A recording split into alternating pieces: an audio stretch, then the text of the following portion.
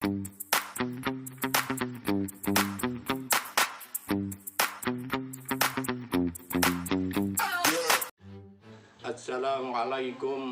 warahmatullahi wabarakatuh. Alhamdulillah kita dapat bertemu dan berjumpa kembali di dalam pembelajaran jarak jauh bersama Abu Kurdi.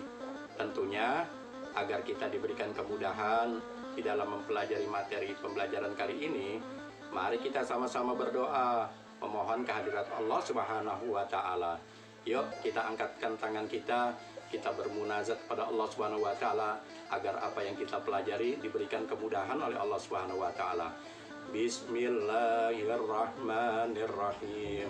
Raditu billahi rabba wa bil islami dina wa bi Muhammadin nabiyya wa rasula. Rabbi zidni ilma warzuqni fahma. Amin ya rabbal alamin. Semoga apa yang kita harapkan diberikan oleh Allah Subhanahu wa taala.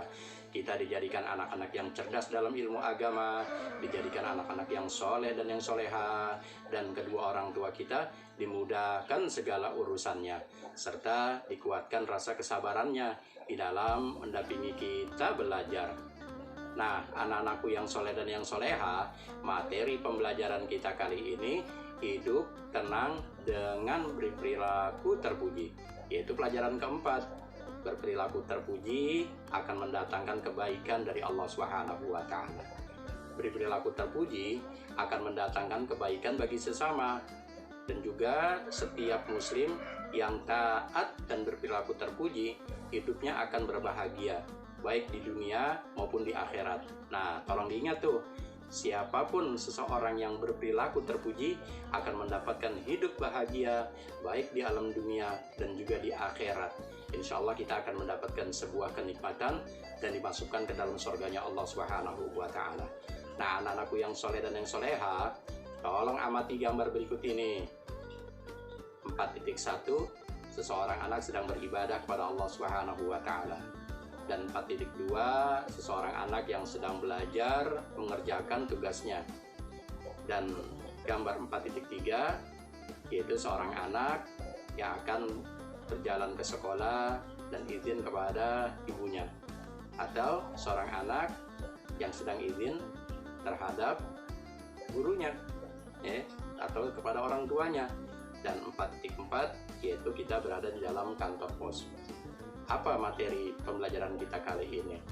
Yaitu tentang rasa tanggung jawab kepada Allah Subhanahu wa taala di dalam gambar yang 4.1 tadi. Dan juga seorang anak yang 4.2, yaitu rasa tanggung jawab sebagai seorang pelajar, dan sebagai seorang anak, tanggung jawab kepada orang tua dan tanggung jawab terhadap lingkungannya. Nah, anak-anakku yang soleh dan yang soleha, materi kita kali ini yaitu tentang tanggung jawab. Perilaku terpuji juga, orang yang memiliki rasa tanggung jawab akan mendatangkan kebaikan buat dirinya. Islam menganjurkan untuk selalu bertanggung jawab bagi umatnya. Perbuatan kita akan dimintai semua pertanggungjawaban oleh Allah Subhanahu wa taala.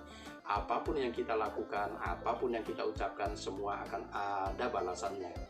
Nah, tentunya yang pertama itu tanggung jawab pada Allah Subhanahu wa taala, yaitu antara lain laksanakan ibadah dengan sebaik-baiknya. Dan yang kedua juga contohnya seperti sholat 5 waktu, mengaji, dan berbuat baik kepada sesama manusia dan alam sekitar.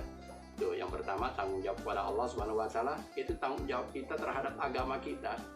Jadi menjalani perintah Allah dan menjauhi segala larangan Allah. Dan juga tanggung jawab terhadap diri sendiri. Apa tuh tanggung jawab terhadap diri sendiri? Antara lain menjaga kesehatan dan giat belajar. Jadi tanggung jawabnya kita harus rajin belajar kalau kita seorang pelajar. Dan juga jaga kesehatan kita dengan cara membersihkan diri kita dan menjauhkan daripada aneka ragam kesalahan dan dosa. Dan juga tanggung jawab terhadap orang tua. Apa tuh tanggung jawab kita terhadap orang tua kita?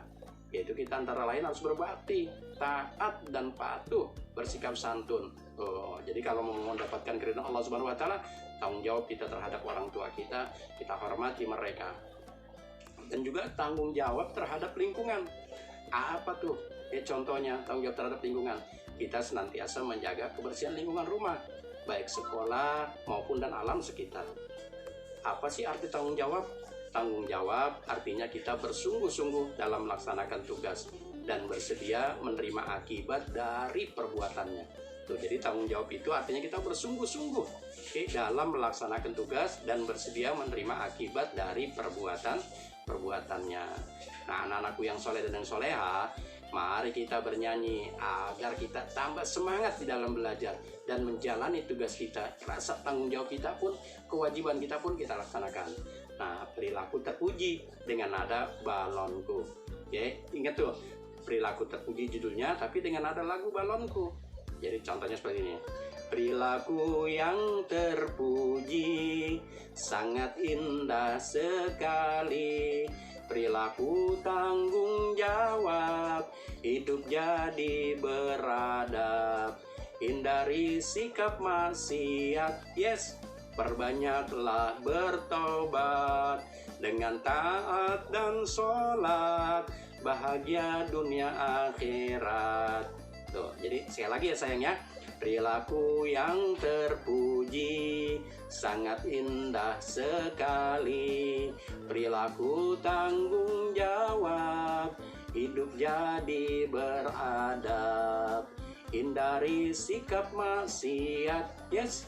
Perbanyaklah bertobat dengan taat dan sholat, bahagia dunia akhirat. Tuh, jadi kita harus hindari maksiat, perbanyak bertobat dengan taat dan sholat. Insya Allah kita akan mendapatkan bahagia di dunia dan akhirat. Nah, anak-anakku yang soleh dan yang soleha, perhatikan nih gambarnya. Ya, nanti kalian ceritakan gambar tersebut. Ini termasuk tugasku. Diceritakan 4.5 dan 4.6. Itu tugas kalian, perhatikan tuh. Ada 2 gambar, kalian ceritakan. Ya, ceritakan gambar tersebut yang berkaitan dengan materi pembelajaran kita. Dan juga di samping gambar, kalian lihat nih, ayo berlatih.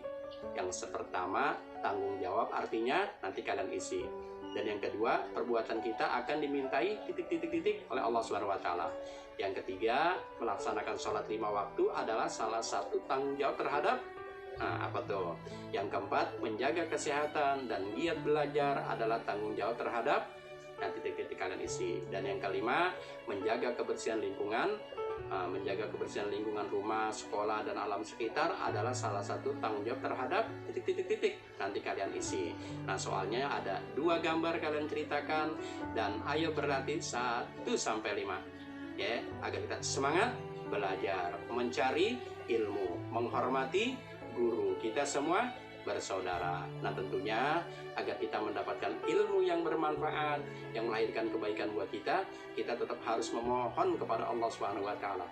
Bukan hanya di awal pembelajaran, tapi di akhir pembelajaran kita tutup dengan membaca lafaz thayyibah, yaitu dengan lafaz hamdalah. Yuk, alhamdulillahirabbil alamin. Semoga apa yang kita pelajari hari ini melahirkan kebaikan buat kita dan orang-orang tua kita dikuatkan rasa kesabarannya oleh Allah Subhanahu wa taala, diampunkan ke segala kesalahannya dan dimasukkan ke dalam surganya Allah Subhanahu wa taala. Tentunya Abu Kurdi mohon undur diri. Insya Allah kita akan bertemu dan berjumpa kembali di dalam pembelajaran jarak jauh materi selanjutnya. Wabillahi taufiq wal hidayah. Wassalamualaikum warahmatullahi wabarakatuh.